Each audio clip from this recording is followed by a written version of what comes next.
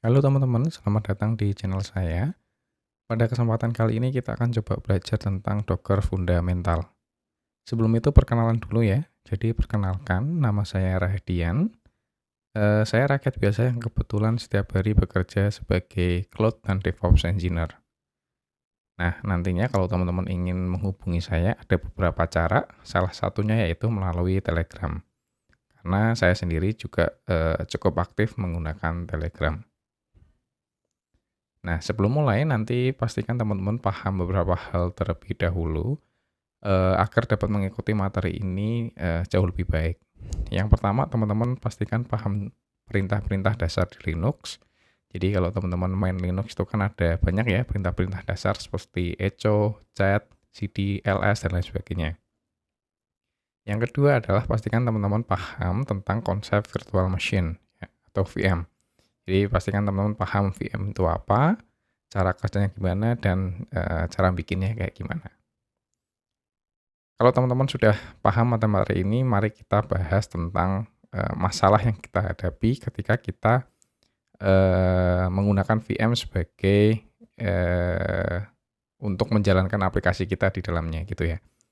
Nah, VM itu pada dasarnya itu berjalan di atas hypervisor. Nah, hypervisor ini bisa berupa sebuah software, firmware maupun hardware yang intinya adalah dia yang nge-manage VM teman-teman gitu. Nah, saat kita membuat VM gitu, biasanya kan kita perlu install dulu ya sistem operasinya. Jadi misalkan teman-teman perlu membuat VM Windows gitu atau VM Linux kan teman-teman harus install dulu. Dan mungkin proses paling cepat untuk instalasi sistem operasi ya sekitar mungkin 10-30 menit gitu kan. Nah, karena perlu diinstal, VM ini tergolong cukup lambat ya. Bahkan nanti kalau teman-teman sudah punya VM-nya yang sudah terinstall, ada yang namanya proses booting terlebih dahulu gitu ya. Jadi sebelum benar-benar VM itu dapat digunakan, kan dia harus booting terlebih dahulu. Nah, bootingnya ini bervariasi ya, tapi pada umumnya paling cepat mungkin 10 detikan gitu ya. Nah, ketika nanti teman-teman menggunakan kontainer, nah ini hal yang sedikit berbeda. Jadi kontainer dapat menggabungkan aplikasinya teman-teman dengan dependensinya tanpa sistem operasi. Nah, hal ini dikarenakan kontainer itu berjalan menggunakan sistem operasi pada host ya. Jadi ya pada dasarnya yang digunakan itu adalah Linux teman-teman. Oke, sebentar saya lihat kan. Nah, jadi misalkan nanti teman-teman punya banyak kontainer ya, dia nggak ada sistem operasi semuanya. Jadi dia menggunakan kontainer engine dan sistem operasinya yang digunakan itu adalah eh, sesuai hostnya. Nah, ini biasanya digunakan adalah Linux. Kenapa hal ini bisa seperti itu? Karena kalau teman-teman tahu di Linux itu kan ada yang namanya kernel ya. Nah, si container engine ini atau container manager akan menggunakan kernel tersebut untuk sharing resource gitu. Jadi menjalankan aplikasinya teman-teman tapi di-isolate gitu. Seakan-akan kayak VM tapi bukan VM. Nah, karena tidak ada sistem operasi, ukuran kontainer ini jauh lebih kecil. Karena kalau kita menggunakan VM itu sendiri kan ukurannya udah besar ya. Mungkin bisa sekitar 1-3 giga untuk sistem operasinya aja. Selanjutnya adalah kontainer dapat berjalan sangat cepat ya, karena tidak ada proses booting. Karena dia menggunakan sistem operasi yang berjalan di hostnya. Nah, tadi katanya kan bisa berjalan tanpa sistem operasi ya. Tapi pada kenyataannya sebenarnya kontainer itu jalan di sistem operasi Linux ya, pada umumnya. Jadi misalkan nanti teman-teman pakai sistem operasi selain Linux, misalkan kayak Mac atau Windows, nah biasanya dia container engine-nya atau container manager-nya akan membuat apa ya istilahnya lightweight VM ya. Jadi kayak VM yang ringan banget, yang isinya itu ya Linux gitu. Nah nanti aplikasinya teman-teman jalan di situ. Karena pada prakteknya nanti di production biasanya teman-teman tidak akan menggunakan sistem operasi Windows atau Mac ya biasanya. Mostly biasanya menggunakan Linux gitu kan. Jadi kalau secara proses development ya teman-teman bisa menggunakan yang ada di laptopnya teman-teman kayak Windows atau Mac biasanya gitu ya. yang biasanya dipakai untuk daily driver. Nah, kalau teman-teman menggunakan Windows itu ya, itu kan ada yang namanya WSL ya. Nah, teman-teman nanti bisa pakai, biasanya container engine-nya akan minta untuk pakai itu ya. Jadi kalau nggak salah WSL itu Windows Subsystem for Linux gitu ya. Nah, kalau di Mac nanti dia akan otomatis membuat Qemu ya. Qemu itu salah satu software untuk virtual gitu ya. Kalau teman-teman tahu kayak VirtualBox, Qemu salah satunya kayak gitu. Nah, jadi apa sih itu Docker? Jadi Docker itu adalah container manager yang saya bilang sebelumnya ya. Jadi di sini ini container engine atau container manager itu ya itu Docker gitu, salah satunya yang terkenal. Ada yang lain seperti kayak Podman dan lain sebagainya kayak gitu. Tapi pada dasarnya mereka semua itu sama sih menggunakan kontainer D sebagai engine mereka. Teman-teman bisa buka aja kontainer di internet ya. Nah, Docker itu dapat mengemas, mengirimkan, dan menjalankan aplikasi kita tuh di mana aja dengan mudah. Jadi misalkan teman-teman nanti jalanin kontainer itu di laptopnya teman-teman gitu ya. Ketika teman-teman ingin jalankan di server atau di laptopnya teman-teman, itu hasilnya sama gitu ya. Karena teman-teman menjalankan kontainer yang sama nantinya. Nah, Docker ini kita dapat gunakan secara bebas karena merupakan salah satu project open source ya. Dan sekarang ini Docker banyak digunakan di berbagai use case ya. Sudah banyak sekali seperti kalau nanti teman-teman belajar CI/CD pipeline, Kubernetes, bahkan untuk local development sudah banyak digunakan Docker ini.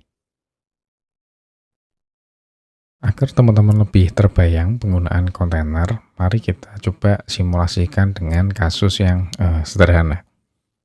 Misalkan kita sudah membuat aplikasi menggunakan Node.js nih di lokal kita ya, atau di laptop kita gitu. Dan kita ingin deploy aplikasi kita ke server. Nah, otomatis di server gitu ya, teman-teman harus menginstal Node.js-nya beserta dependensinya. Ya, misalkan Node.js versinya harus sama itu. Misalkan Node.js versi berapa sekarang? Mungkin 19 ya, Node.js 19 gitu yang sekarang. Nah, namun ketika teman-teman sudah deploy gitu aplikasinya di server gitu ya, ternyata aplikasinya teman-teman tuh nggak berjalan dengan baik. Mungkin dikarenakan ada step instalasi yang terlewat, atau mungkin ada dependensi-dependensi yang eksternal yang belum terinstall, misalkan kayak font gitu ya, atau semacamnya. Nah, dengan kita menggunakan kontainer, hal-hal tersebut tuh nggak akan terjadi.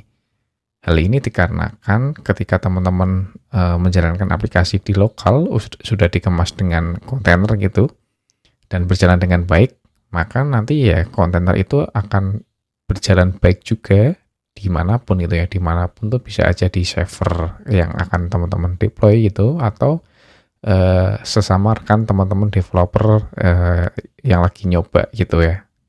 Nah, itu adalah salah satu pemanfaatan kontainer secara sederhana. Di dalam kasus real world-nya tentu saja banyak sekali kasus-kasus lain yang malah jauh lebih menarik gitu.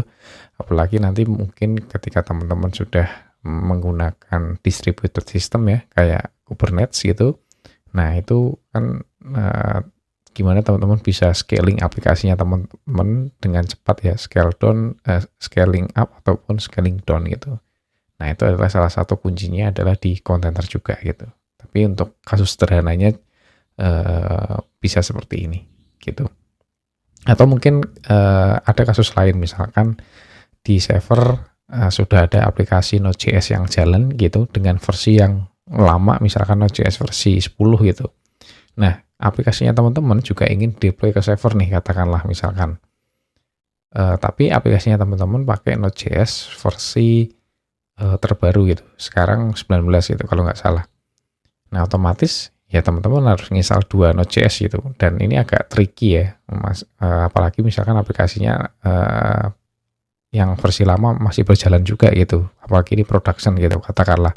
Nah, hal ini agak tricky gitu. Nah, dengan kontainer teman-teman nggak peduli ya mau pakai Node.js berapapun ya, dia akan berjalan secara terisolate di dalam kontainer gitu ya. Nah, lebih jelasnya nanti kita akan bahas lebih jauh ya tentang isolate ini gitu.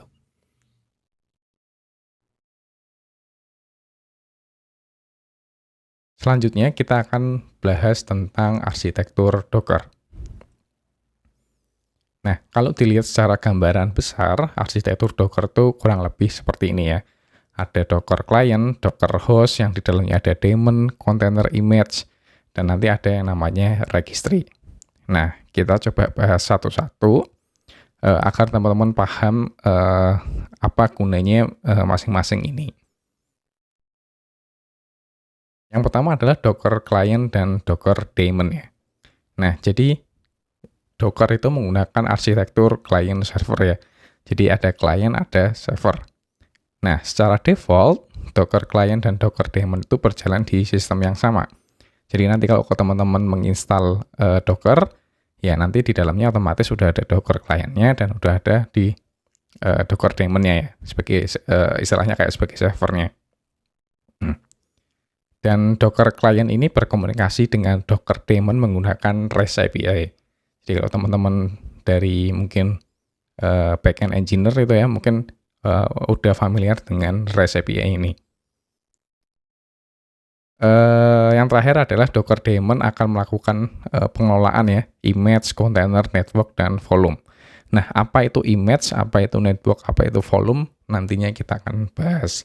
Tapi yang perlu teman-teman tahu adalah intinya adalah Docker daemon itu nanti dia nge-manage image, container, network, dan volume, dan kliennya tuh hanya untuk perintah-perintah yang perlu kita jalankan saja. Nah, selanjutnya kita akan coba membahas tentang Docker image. Docker image itu bisa dibilang adalah merupakan sekumpulan instruksi ya untuk membuat sebuah kontainer gitu ya. Jadi nanti kita akan coba menggunakan Docker image ini, tapi intinya adalah Docker image merupakan sekumpulan instruksi ya untuk membuat sebuah kontainer. Jadi misalkan instruksinya adalah akan menjalankan aplikasi Node.js ya, nanti dia akan menjalankan aplikasi Node.js, atau misalkan instruksinya nanti akan menjalankan aplikasi Golang ya, nanti dia akan menjalankan kontainer aplikasi Golang, seperti itu. Nah, agar lebih mudah memahami, bayangkan image itu adalah seperti installer game ya. Jadi ketika teman-teman punya game misalnya, ya anggap aja ini kayak installernya gitu, yang bisa diinstal di laptop mana aja, kayak gitu.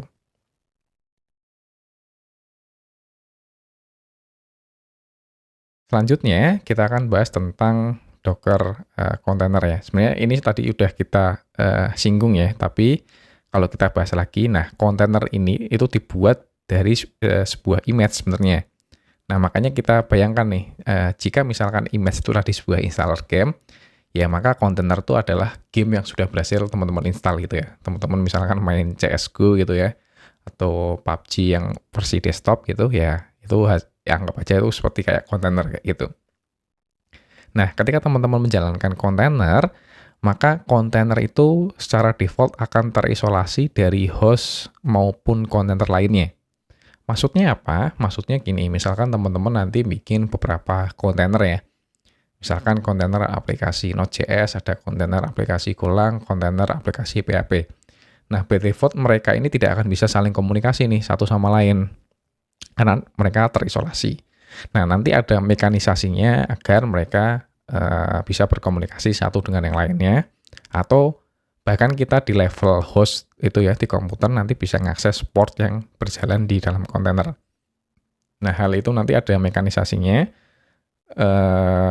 yang akan kita bahas nantinya di belakang.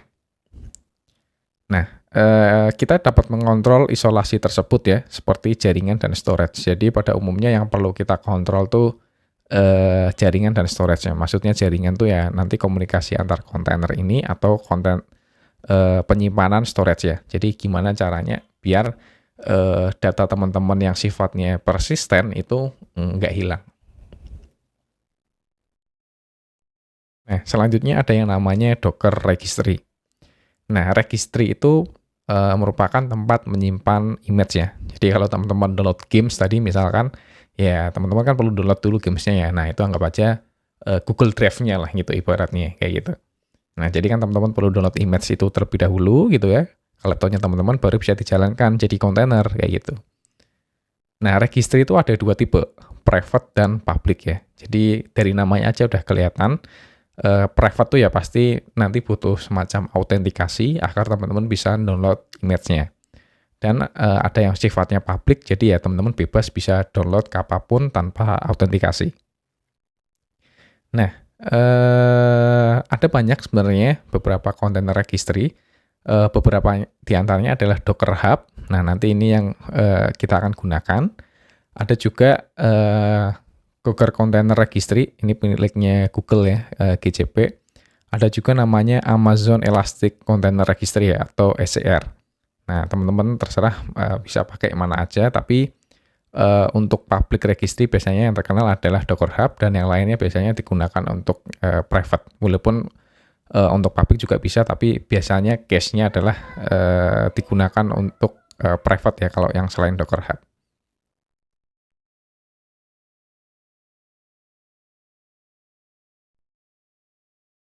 Selanjutnya, kita akan coba menginstal Docker.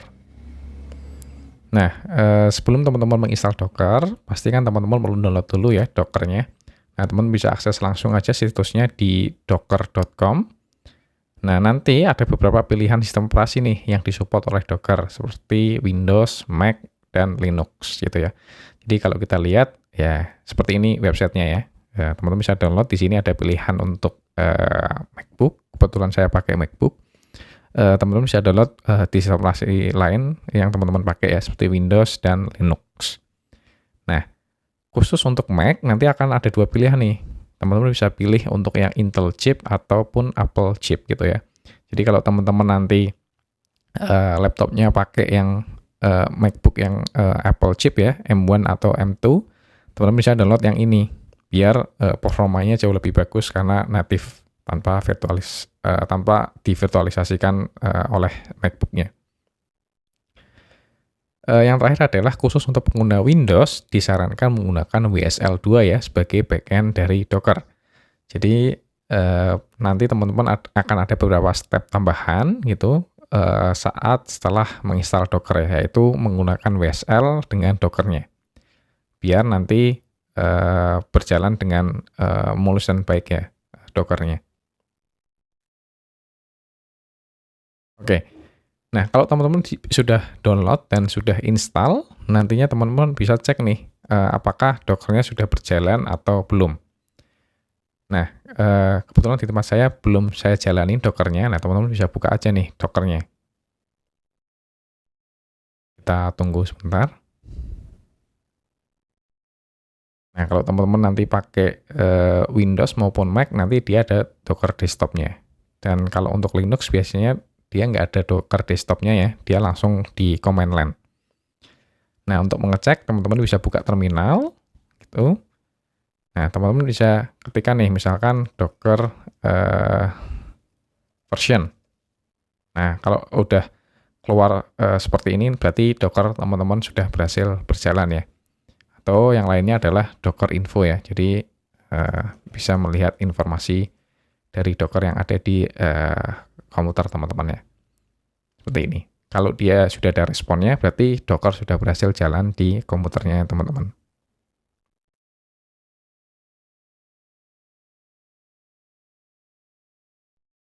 Selanjutnya, kita akan coba menggunakan Docker image. Nah, sebelum teman-teman menggunakan Docker image, kan kita perlu download dulu ya image-nya dari registry. Jadi registry yang nanti kita akan gunakan adalah yang dari Docker-nya, yaitu namanya adalah Docker Hub. Teman-teman bisa akses di sini situsnya, hub.docker.com. Dan kebetulan tadi saya sudah sempat buka ya, teman-teman bisa buka aja di sini, hub.docker.com. Nah, teman bisa cari image-nya di sini, ada banyak image ya, kayak MySQL misalkan, dan lain sebagainya. Cuman untuk contoh di sini adalah teman-teman bisa menggunakan yang Hello World ini ya.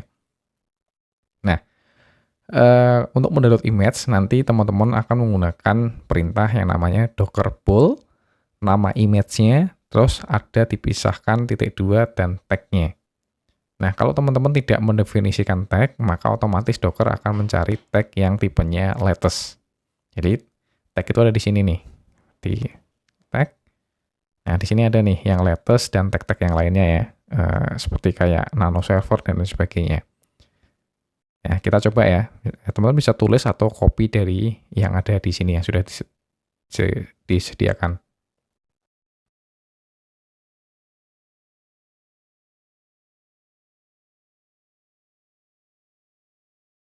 Nah, kita udah berhasil untuk mendownload image Hello World dari Docker Hub ya. Nah, kalau teman-teman nggak mendefinisikan latest, otomatis atau mendefinisikan tag, teman-teman akan otomatis didownloadkan yang tagnya latest. Nah, sekarang artinya teman-teman udah berhasil download image Hello World yang tagnya latest ke laptopnya teman-teman. Selanjutnya adalah kita melihat list image yang ada di laptop atau komputer kita ya. Karena kita perlu lihat ada apa aja sih image yang udah ada di lokal kita. Teman-teman bisa menggunakan komen namanya adalah docker image. Nah, nanti di sini akan muncul nih list image apa aja yang sudah ada di laptopnya teman-teman. Dan kebetulan saya sudah punya banyak image ya yang cukup sering saya gunakan di lokal saya.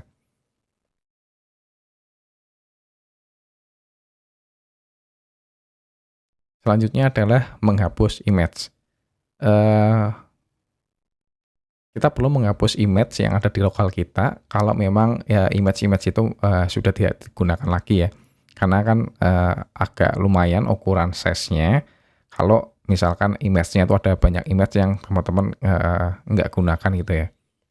Jadi cara menghapusnya adalah dengan menggunakan perintah docker image rm itu remove ya, terus nama image dan tag-nya. Jadi misalkan nih, teman-teman tadi kan sudah download ya image yang namanya Hello World. Ya ini, yang tag-nya tuh latest gitu ya.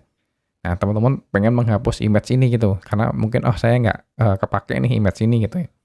Ya nanti teman-teman tinggal gini nih, docker image remove. Nah nama image-nya apa nih? Misalkan Hello World yang tag-nya latest. Nah, artinya teman-teman sudah berhasil menghapus Hello World yang tag-nya latest. Jadi kalau kita cek lagi, docker image, nah sudah nggak ada ya image yang tadi kita hapus.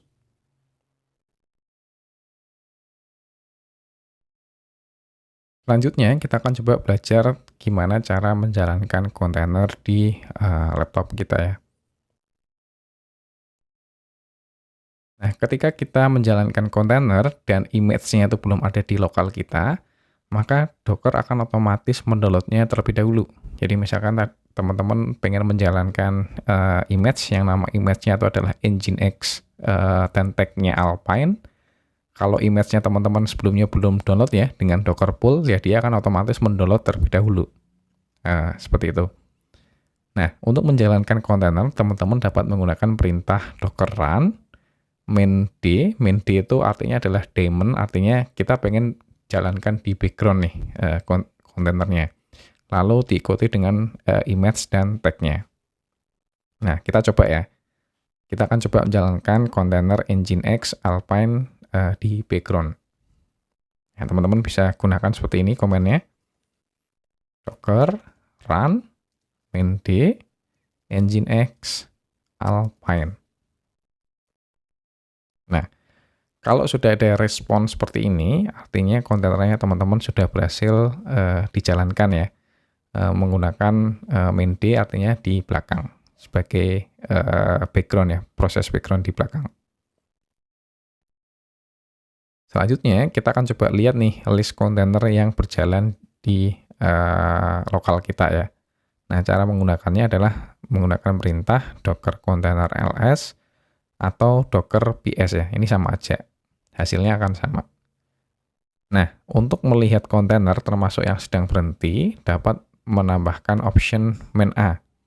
Jadi defaultnya kalau teman-teman menggunakan perintah ini ya, kayak docker container ls dan docker ps, itu yang dilihatkan hanya kontainer-kontainer yang saat ini sedang berjalan. Nah, kalau ada kontainer yang sedang berhenti ya, sedang stop gitu, nah nanti teman-teman perlu melihatnya dengan tambahan option main a. Nah, secara default, ketika nanti kita menjalankan kontainer Docker, itu akan memberikan nama random kalau kita nggak mendefinisikannya ya. Nah, jika kita nanti ingin mendefinisikan nama yang spesifik untuk setiap kontainer, teman-teman bisa nambahkan option dash name, terus diikuti namanya. Contohnya seperti ini nih, docker run main d, name nginx ku, terus nama image dan tag-nya. Nah, kita coba ya. Nah, kita coba jalankan nginx lagi, tapi dengan ada namanya. Docker run main d dash name nginx ku, gini ya, misalkan. Terus diikuti nama image-nya, nginx alpine. Nah, untuk mengecek, teman-teman bisa menggunakan perintah docker container ls, seperti ini. Nah, teman-teman bisa lihat, ada dua kontainer karena sebelumnya kita menjalankan dua kontainer ya. Yang pertama tanpa nama, atau nanti dia akan dikasih nama random ya sama dockernya. Contohnya di sini dia dapat nama ini. Dan yang kedua kita jalankan nginx lagi, tapi dengan ada namanya. Ya, ini namanya adalah nginx ku. Nah, setiap kontainer yang jalan ini selain dia punya nama, sebenarnya dia punya ID nih yang bisa nanti kita gunakan ya. Jadi bisa ID ataupun nama.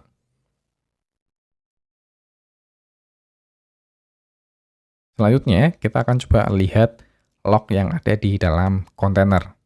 Nah, untuk melihat log ini, gunakan perintah docker logs, terus diikuti container ID atau container name-nya. Nah, log ini ya kayak pesan-pesan teks gitu ya, aktivitas-aktivitas apa yang sedang berjalan di dalam kontainer ya. Nah, contohnya saya pengen melihat untuk yang nginx ku ini nih. Nah, teman-teman bisa kayak ini, docker logs, nginx ku, terus enter. Nah, nanti akan muncul nih log-log yang ada di kontainernya. Nah, ketika teman-teman pengen lihat logs tapi terus-menerus ya, kayak real time, nah teman-teman bisa tambahkan option mainf ya, atau artinya follow. Nah, ini akan terus-menerus ya. Jadi kalau dia ada log baru nanti akan otomatis muncul tanpa teman-teman mengulang-ulang komen docker logs ya. Jadi bisa menggunakan option mainf yang artinya adalah follow.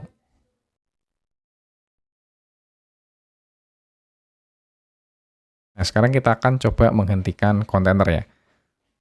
Nah, untuk menghentikan kontainer yang sedang berjalan, teman-teman dapat menggunakan perintah docker stop, terus ada container ID dan container name. Nah, kita coba ya. Kita cek dulu docker ps untuk melihat kontainer yang sedang berjalan. Nah, kita pengen nih menghentikan kontainer yang sedang berjalan. Misalkan dua-duanya pengen kita hentikan ya. Teman-teman bisa kayak gini ya, docker stop, ID-nya misalkan, teman-teman bisa pakai ID-nya kayak gini. Jadi kalau kita cek lagi docker ps sudah berhenti ya, atau menggunakan name-nya. Nah, teman-teman bisa kayak gini, docker stop nginx ku. Nah, hasilnya sama. Ketika kita docker ps lagi, sudah tidak ada kontainer yang berjalan saat ini. Nah, kita akan coba selanjutnya adalah menghapus kontainer. Nah, kontainer yang sedang berjalan itu tidak akan kita bisa hapus, karena kita mesti stop terlebih dahulu. Jadi kayak sebelumnya, kita harus stop terlebih dahulu, baru bisa kita hapus kontainernya. Untuk menghapus kontainer, teman-teman dapat menggunakan perintah adalah docker container rm remove, diikuti container ID atau name-nya, atau teman-teman bisa shortcut nih, docker rm container ID dan container name-nya. Nah, kita coba ya. Kita coba. Kita docker ps. Nah, kalau kita menggunakan docker ps yang dimunculkan hanya kontainer yang aktif. Kalau teman-teman ingin melihat kontainer yang sudah berhenti atau stop, di belakang tambahkan option main a. Docker ps main a. Nah, kita lihat ada beberapa kontainer yang sudah stop di belakang. Cuman yang ingin saya hapus adalah yang nginx ku dan yang ini ya, yang nama random ini. Nah, kita pengen hapus, jadi docker rm, namanya kayak gini. Dan teman-teman bisa multiple ya, jadi pengen menghapus banyak sekaligus ya, teman-teman bisa pisahkan dengan spasi, kayak gini. Kalau kita enter, nah kalau responnya seperti ini berarti sudah berhasil dihapus. Nah, ketika teman-teman cek lagi docker ps main a, Nah, kontainer tadi sudah hilang ya, atau sudah dihapus. Nah, kalau teman-teman menghapus kontainer, tenang saja, image-nya tidak akan kehapus ya. Karena hal itu hal yang berbeda ya. Jadi kalau kita cek Docker image, nah image untuk Nginx ya, mana Nginx? Bentar. Nah, Nginx Alpine akan tetap ada di lokalnya teman-teman. Selanjutnya kita akan coba belajar tentang Docker port forwarding. Nah, sebelum kita lebih jauh tentang Docker port forwarding, ada baiknya kita tahu tentang port itu. Nah, port itu bisa dibilang sebagai letak suatu koneksi jaringan itu bermula dan berhenti ya.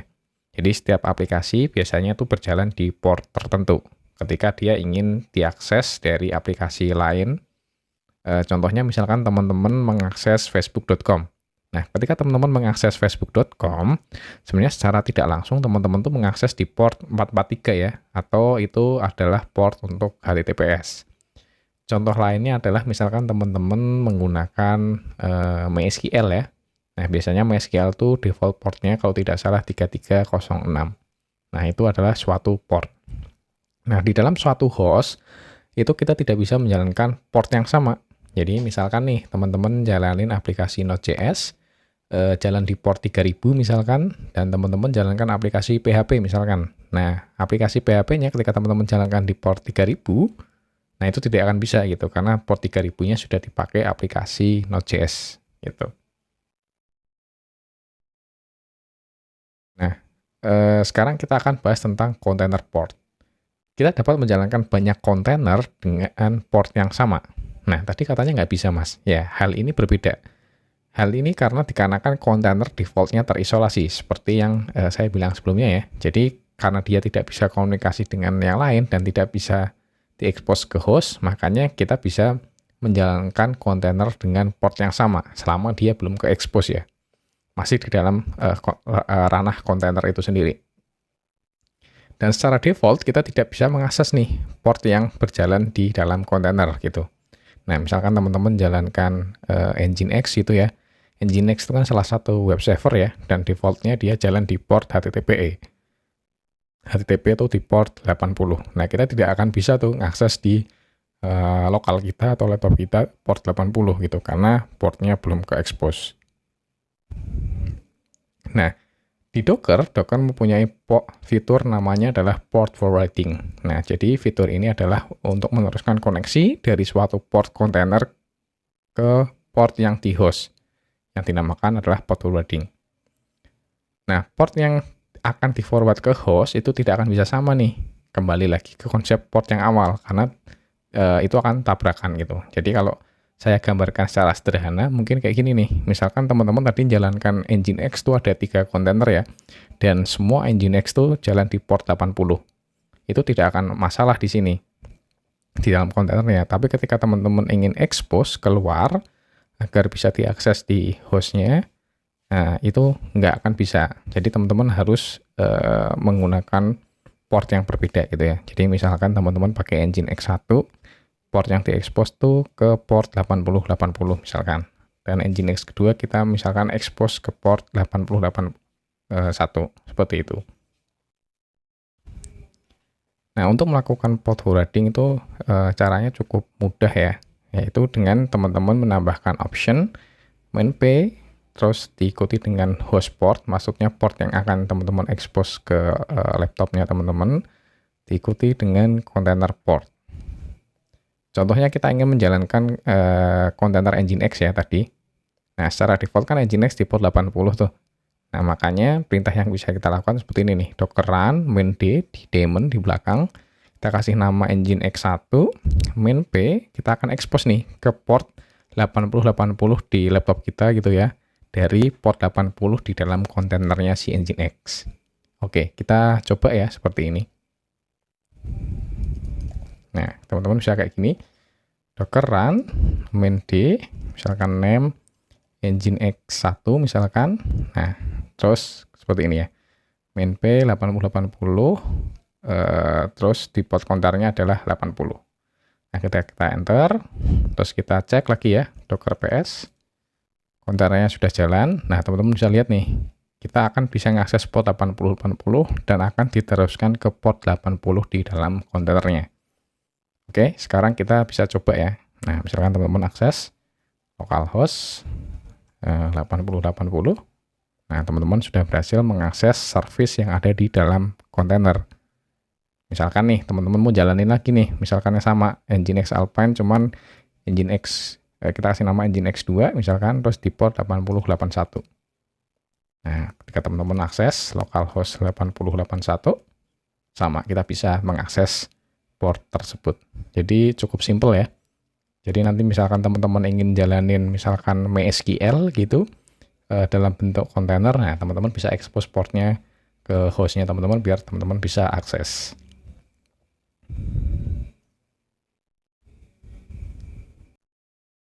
Selanjutnya kita akan coba belajar tentang Docker exec. Terkadang kita tuh perlu menjalankan perintah langsung di dalam kontainer, entah itu untuk konfigurasi atau hanya untuk mengecek beberapa hal. Nah, untuk menjalankan perintah di dalam kontainer, teman-teman dapat menggunakan perintah seperti ini nih. Docker exec, terus nama kontainernya atau ID-nya, lalu kita passing komen yang ingin kita jalankan.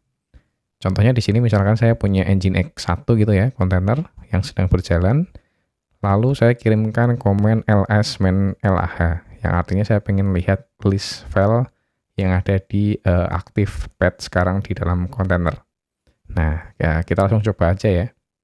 Nah, kita cek dulu.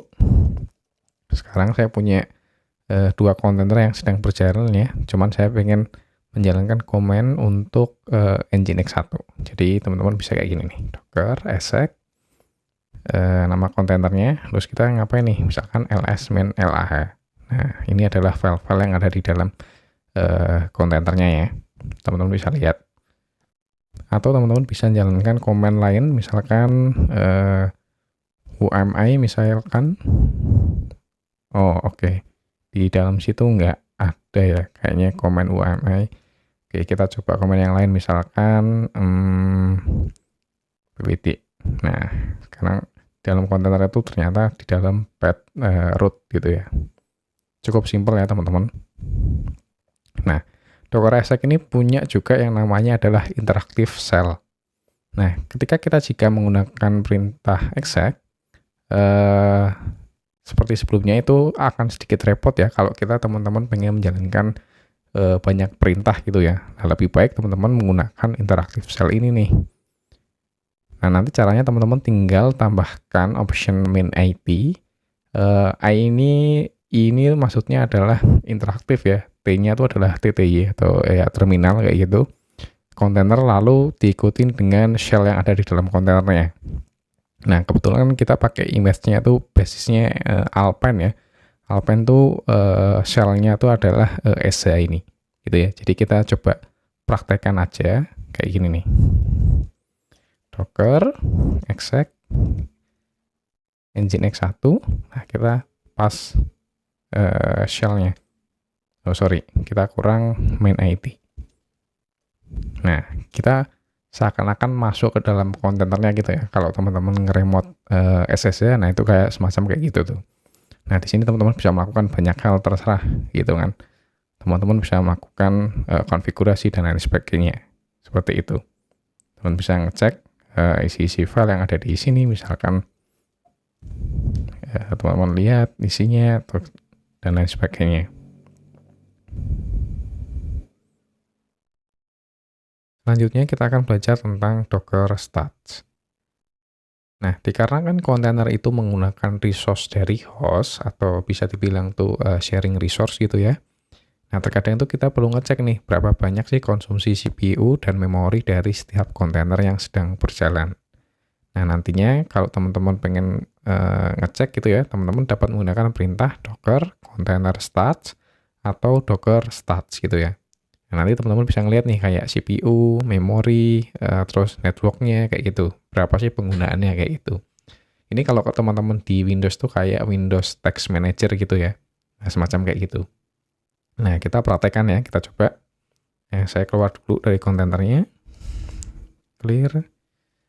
Nah, teman-teman bisa lihat saya masih punya 2 kontainer yang berjalan di laptop saya. Nah, teman-teman bisa kayak gini nih, docker stats.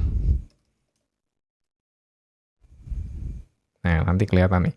Memori yang digunakan kontainer saya tuh kurang lebih adalah 3, kurang lebih adalah hampir 4 mega ya. Cukup kecil karena nggak ada aktivitas apapun di dalamnya, bahkan CPU-nya cuma 0% ya. Karena ya kita nggak menggunakan apapun gitu kontainer tersebut. Cukup mudah ya teman-teman ya.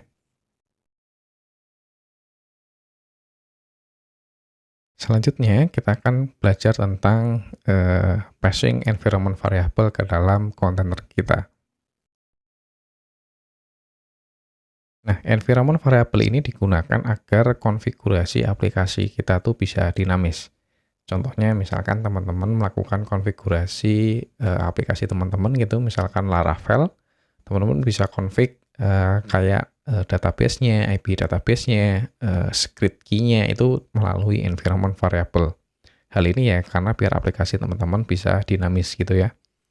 Nah, kita dapat membuat environment variable itu saat menjalankan kontainer dengan kita menambahkan option main A diikutin key dan value-nya. Nah, contohnya kita akan coba menjalankan kontainer yang dari image MySQL 8 ya. Nah, nanti kita ubah tuh default password-nya melalui environment variable. Nah, kurang lebih komennya seperti ini ya. Docker run main D, namanya portnya ya, karena kita pengen akses 3306. Terus kita set environment variable-nya MySQL root password-nya adalah mantap gitu. Terus image-nya adalah MySQL 8. Nah, teman-teman bisa cek dulu nih, misalkan di Docker Hub-nya. Teman cek, misalkan di sini kan ada nih MySQL gitu ya. Nah, teman lihat di sini ada banyak tag version-nya. Nah, nanti kita pakai yang tag yang 8.0. Nah, untuk mengeset password, itu nama environment-nya adalah ini nih, MySQL root password. Nah, kita coba ya. Kita coba docker run main d --name MySQL 8ku ini ya. Terus kita akan expose portnya ke 3306. Kita set nih environment variable ini isinya adalah mantap gitu ya. Nah, kita run. Udah berhasil, kita cek. Oke, portnya udah berhasil ke expose ya ke host kita. Nah, kita bisa coba nih, misalkan MySQL login ya, default username-nya root. Nah, ini hostnya. Terus kita masukkan password kita. Mantap. Nah, sekarang saya udah berhasil masuk ke database gitu ya. Kita sudah bisa mengakses database MySQL yang jalan di dalam kontainer. Cukup simple ya, teman-teman ya. Jadi, teman-teman bisa konfigurasi aplikasi teman-teman tuh cukup dinamis. Bahkan untuk MySQL sendiri di sini disediakan ya banyak sekali environment kayak gini nih. MySQL database defaultnya apa, terus usernya apa, bisa di passwordnya bisa dikosongkan misalkan, dan banyak lain sebagainya. Selanjutnya kita akan coba belajar tentang Docker Volume. Ketika kita menghapus kontainer, maka semua data yang di dalam kontainer akan hilang atau juga akan dihapus gitu ya. Nah, terkadang kita tuh perlu nih membuat data-data kita yang sifatnya persisten gitu ya, biar tidak hilang. Nah, contohnya tuh seperti sebelumnya ya, kita kan menggunakan kontainer MySQL. Nah, tentu saja kalau kontainer kita nggak sengaja kehapus atau kita hapus, kita tidak ingin nih database kita juga ikut kehapus gitu ya. Karena cukup repot juga gitu kalau kita harus backup dan restore terus-menerus gitu ya. Nah, untungnya Docker ini memiliki fitur yang namanya adalah volume untuk mengatasi masalah tersebut. Nah, agar lebih mudah membayangkannya, anggap aja volume tuh kayak misalkan virtual hard disk gitu ya, ya hard disknya kontainer gitu, anggap aja seperti itu. Yang bisa teman-teman mount ke dalam kontainer. Nah, untuk membuat volume, caranya cukup sederhana gitu ya. Jadi sebelum volume itu bisa digunakan ya tentu saja kita perlu buat volumenya terlebih dahulu ya. Nah, cara membuatnya cukup simpel. Teman-teman cukup menggunakan perintah docker volume create, lalu nama volumenya apa gitu ya. Nah, contoh ya, nanti kita akan buat volume khusus untuk MySQL gitu ya. Nah, kita coba. Saya ini exit dulu. Saya stop dulu ya kontainer yang sedang berjalan di lokal saya, Nginx 2 dan MySQL 8 Go. Oke, sorry. Docker stop. Oke, saya lanjutkan Docker RM. Oke. Nah, kita buat volume terlebih dahulu ya. Docker volume create. Misalkan teman-teman kasih namanya adalah FLM strip MySQL gitu ya. Ya, anggap aja ini buat MySQL gitu ya. Kita enter. Nah, kalau seperti ini berarti artinya teman-teman sudah berhasil membuat Docker volume. Nah, kita perlu ngecek ya, setelah kita berhasil membuat volume, kita perlu ngecek nih, volume apa aja sih yang ada di lokal kita sekarang. Nah, cara mengeceknya cukup mudah, teman-teman menggunakan perintah docker volume ls gitu ya.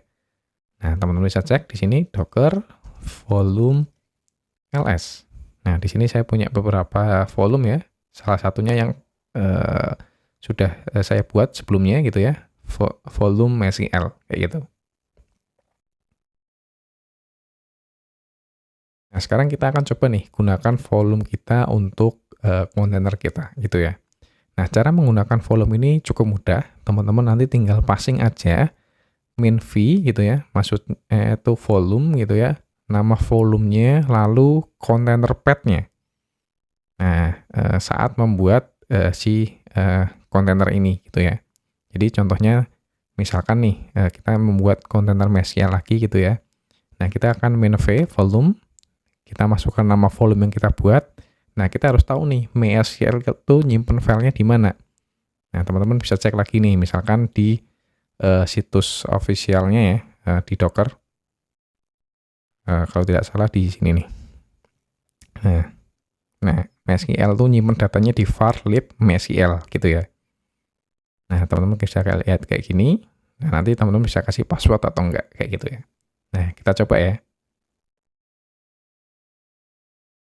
Docker volume, Docker run, main d misalkan kayak gini ya. Terus kita tambahkan misalkan main v volume, nama volumenya adalah FLM MySQL, diikuti letak nyimpannya si MySQL. Saya copy aja, masukkan kayak gini ya. Namanya, port, kita masukkan passwordnya mantap. Nah, kita masukkan datanya, kita mounting ke volume kita. Kita run, berhasil, kita cek, docker ps, sudah berhasil ya. Nah, kita sekarang coba nih, login ke dalam kontainer kita gitu ya. Passwordnya mantap. Nah, kita show databases, kita create database, misalkan kita kasih nama belajar Docker gitu ya. Oke, kita cek lagi, database ada ya, database kita.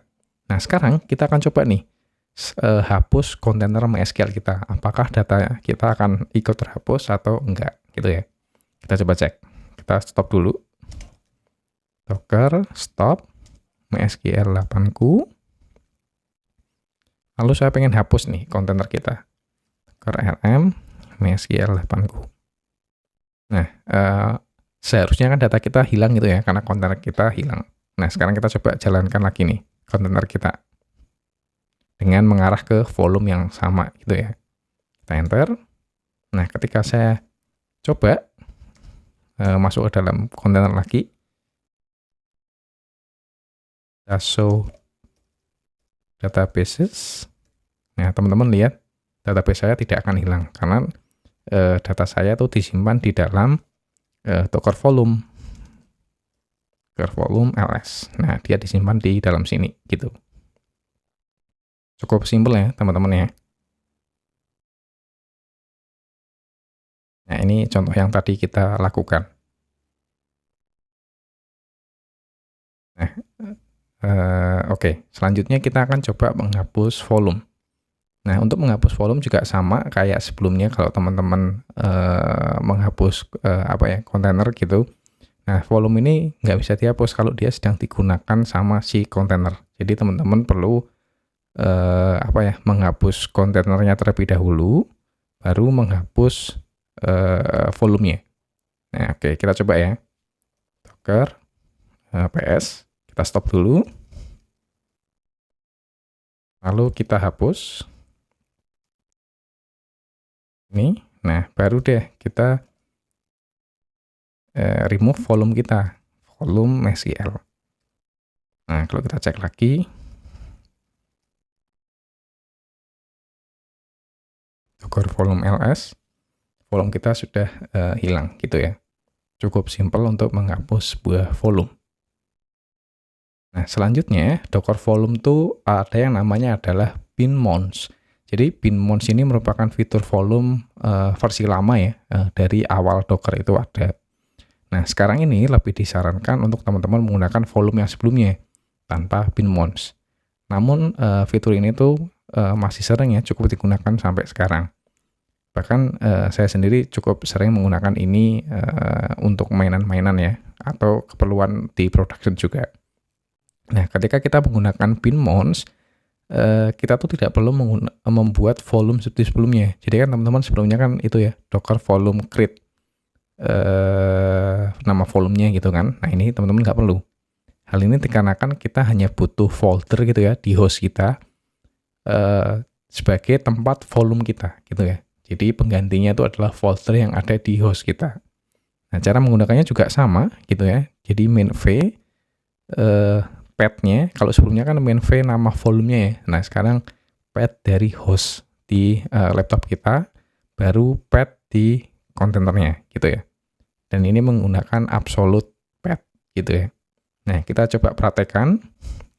Jadi saya pengen masuk di laptop saya di folder tem gitu ya, misalkan. Nah, misalkan saya bikin folder nih di sini. Misalkan belajar docker volume ini ya. Oke, kalau kita cek seperti ini. Nah, saya pengen masuk ke dalamnya misalkan. Teman bisa lihat posisi saya sekarang ada di tem belajar docker volume. Oke. Nah, kita jalankan docker run seperti sebelumnya. Cuman bedanya di sini adalah kita tidak menggunakan volume, tapi kita menggunakan path yang sekarang. Biar lebih simpelnya saya bisa singkat seperti ini. Pakai command. Nah, pwd sama ya kayak gini ya. Jadi nanti dia akan otomatis return full path-nya ya di sini. Gitu ya. Kita jalankan. Oke. Nah, misalkan nih saya login lagi ke MySQL kita yang baru gitu. Oke, sorry. Ada yang salah sepertinya. Oke. Kita ulangin. Nah. Oke. Kita create database, misalkan belajar volume misalkan. Terus kita show databases. Ada ya di sini ya, kita exit. Nah, kita cek nih di dalam folder kita di sekarang. Kita cek ls. Nah, isinya ada file-file banyak sekali ya. Nah, ini adalah file-file dari MySQL itu sendiri yang teman-teman sebelumnya mounting ya. Jadi kan sebelumnya teman-teman mounting path yang sekarang itu ke dalam var lib MySQL yang di dalam kontainer gitu ya. Jadi ketika nanti kontainer ini stop dan teman-teman hapus, datanya nggak akan hilang. Karena datanya ada di laptop teman-teman gitu ya, di path yang sekarang. Caranya cukup mudah ya. Oke, ini adalah salah satu contoh yang sudah kita lakukan gitu ya. Nah, nanti teman-teman kalau pengen lihat bisa dibaca. Tapi ini hal yang sama persis yang kita lakukan di praktekan sebelumnya gitu. Selanjutnya kita akan belajar tentang Docker Network. Nah, saat kita membuat beberapa kontainer, secara default kontainer tersebut itu tidak dapat berkomunikasi satu dengan yang lainnya. Kembali lagi ke sifat awal kontainer ya, karena kontainer itu sifatnya adalah terisolasi. Nah, terkadang kita tuh perlu menghubungkan kontainer satu dengan kontainer lainnya. Nah, misalkan teman-teman kita punya nama kontennya ada kontainer Node.js gitu ya, yang ingin membaca database di kontainer MySQL. Nah, teman-teman tuh bisa membuat network untuk menghubungkan kontainer-kontainer tersebut. Nah, Docker memiliki banyak driver untuk Docker Network ini ya. Namun pada umumnya yang paling sering digunakan itu adalah drivernya namanya adalah bridge gitu ya, atau jembatan gitu. Nah, sebelum kita dapat menggunakan network, tentu saja kita perlu membuat networknya terlebih dahulu. Nah, teman-teman kalau ingin membuat network, caranya adalah Docker Network Create, terus nama networknya. Nah, nanti kalau teman-teman ingin mengecek list network yang ada gitu ya, teman-teman menggunakan perintah docker network ls gitu. Nah, kita coba ya. Nah, bersihkan dulu. Saya stop kontainernya terlebih dahulu ya. Stop.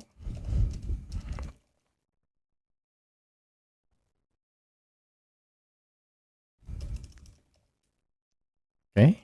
Nah, kita sekarang buat networknya terlebih dahulu ya. Docker network create. Misalkan namanya adalah test network gitu ya. Nah, teman-teman udah berhasil membuat network. Cara ngeceknya juga simple, docker network ls. Nah, teman-teman lihat di sini saya punya beberapa network, salah satunya yang berhasil kita buat menggunakan drivernya namanya adalah bridge gitu ya, atau jembatan.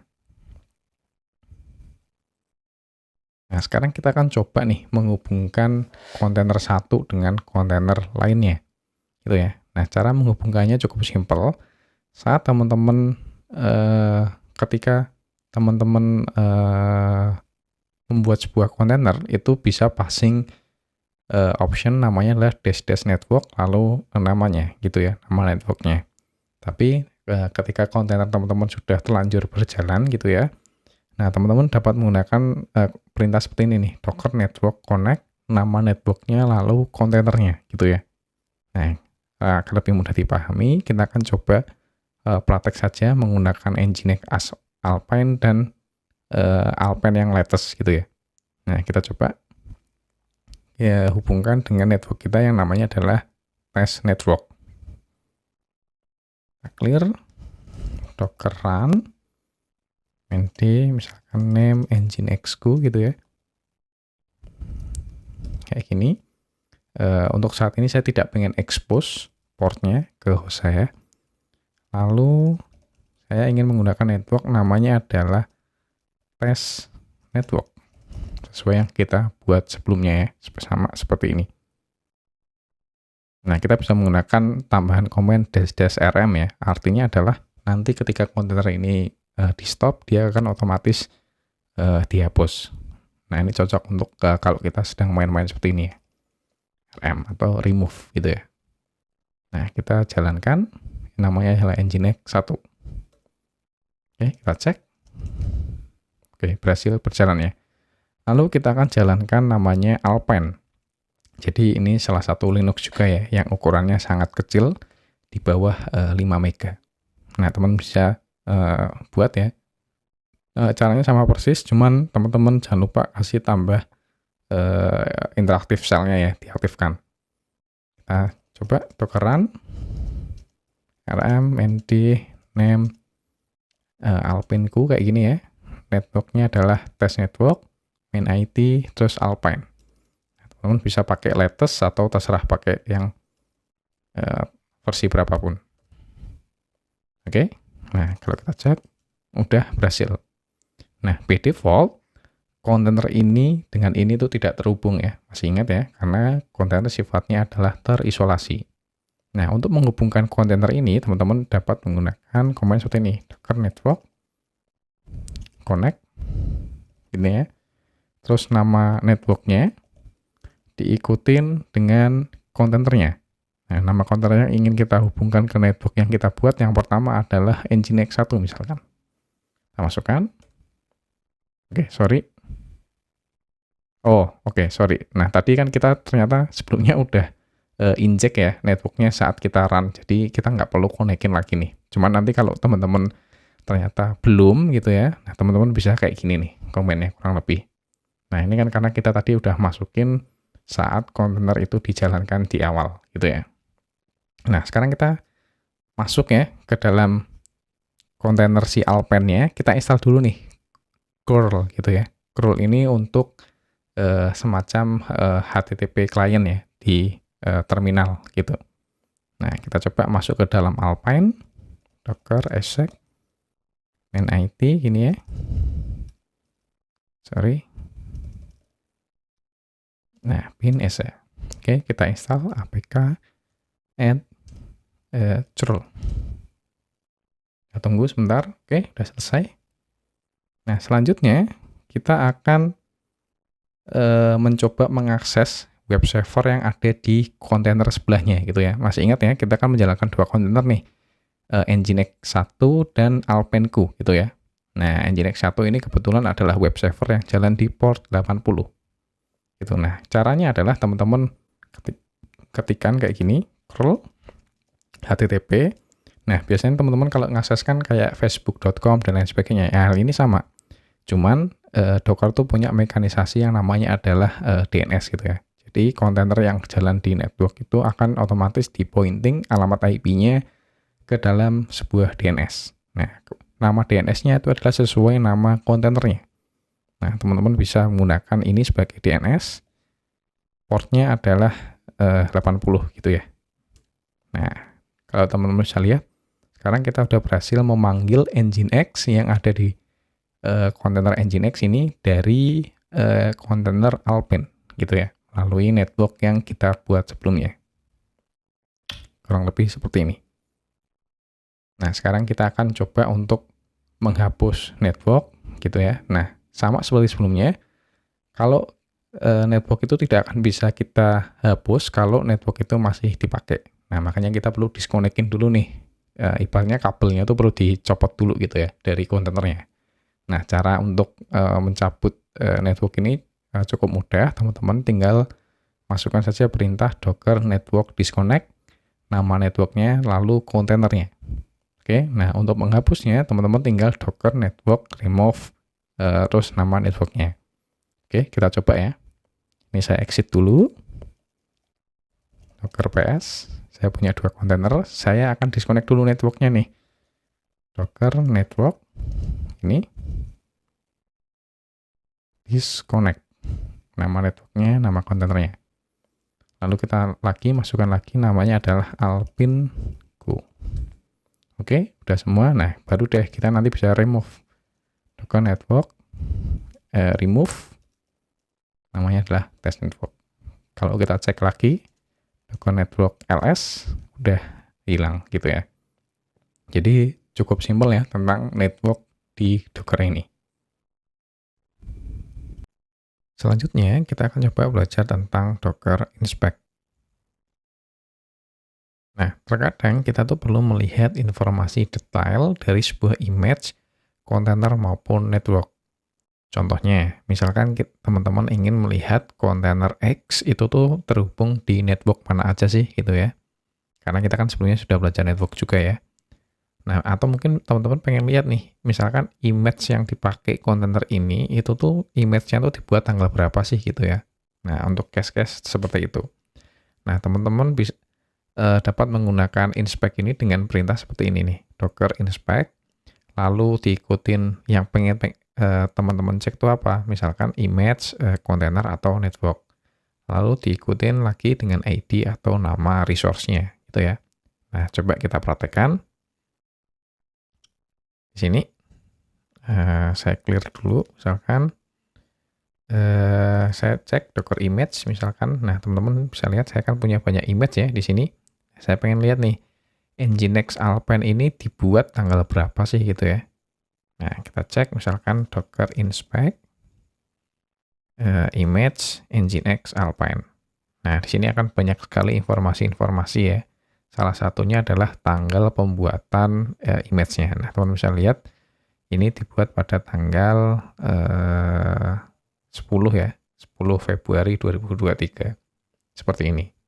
Atau teman-teman bisa lihat di sini saya ada kontainer satu yang berjalan. Nah, saya pengen lihat nih informasi tentang kontainer yang berjalan sekarang. Nah, teman-teman bisa kayak gini, docker inspect kontainer, nama kontainernya. Nah, di sini akan ada nih network-nya kemana aja. Nah, kebetulan karena network yang saya pakai itu belum saya hubungkan ke kontainer ini, jadi di sininya nggak ada ya network yang terhubung di sini. Nah, di sini ada banyak informasi ya kayak mounting volumenya itu kemana dan lain sebagainya. Seperti itu.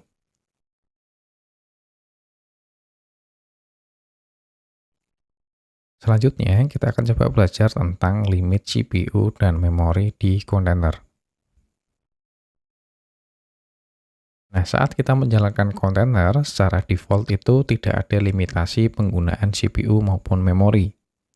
Hal ini bisa menyebabkan resource di host maupun kontainer lainnya yang berjalan di sama ya, di satu host, itu tidak berjalan optimal jika ada kontainer yang menggunakan resource yang sangat besar. Jadi misalkan teman-teman punya 3 kontainer yang jalan gitu ya. Nah, ada satu kontainer tuh butuh resource yang gede banget itu, misalkan memorinya. Nah, ini akan mengganggu host yang ada atau kontainer yang lainnya. Nah, lebih baiknya nanti kalau kita tuh melakukan limitasi nih untuk penggunaan CPU dan memori dari setiap kontainer yang kita jalankan. Nah, untuk melakukan limitasi ini cukup mudah, teman-teman tinggal passing aja option yaitu dash memori. Contohnya adalah 100M, M ini artinya adalah megabyte ya. Jadi seperti ini. Nah, ada satuan lain, misalkan teman-teman mau pakai satuan lain kayak byte, kilobyte, atau gigabyte. Nah, untuk melakukan limitasi CPU juga sama, teman-teman tinggal masukkan option dash CPU. Misalkan di sini 1.5 ya. Nah, ini artinya adalah kita akan melimit sebesar 1,5 core. Jadi misalkan teman-teman laptopnya tuh ada 8 core gitu ya. Nah, nanti maksimalnya yang digunakan boleh oleh kontainer tersebut tuh adalah 1,5 core dari 8 core yang ada gitu. Oke, kita coba praktekkan ya. Kita akan menggunakan seperti biasa Image Nginx Alpine dengan limitasi 0,1 core ya. Berarti nggak ada setengah core ini, benar-benar kecil 0,1 dengan memori cuman 10 mega gitu ya. Coba kita praktekkan. Kita clear dulu, kita docker run rm sama kayak gini ya. Nah, seperti ini. Nah, kita kasih nama, kita kasih limitasi CPU, dan kita kasih limitasi memori sebesar 10 mega, CPU-nya 0,1 core. Kita expose portnya ke host 8080. Kita enter. Kita cek kontainernya, udah jalan. Nah, kalau kita cek dengan menggunakan perintah docker stats, maka hasilnya akan seperti ini. Docker stats. Nah, teman-teman bisa lihat kontainer yang Nginx yang kita jalankan pakai memorinya cukup kecil ya. Jadi kalau kita cek, ini cuman nggak ada 4 mega dari 10 mega. Nah, untuk CPU-nya tuh dari 0,1 core yang kita definisikan tuh belum kepakai sama sekali. Masih benar-benar 0% di sini.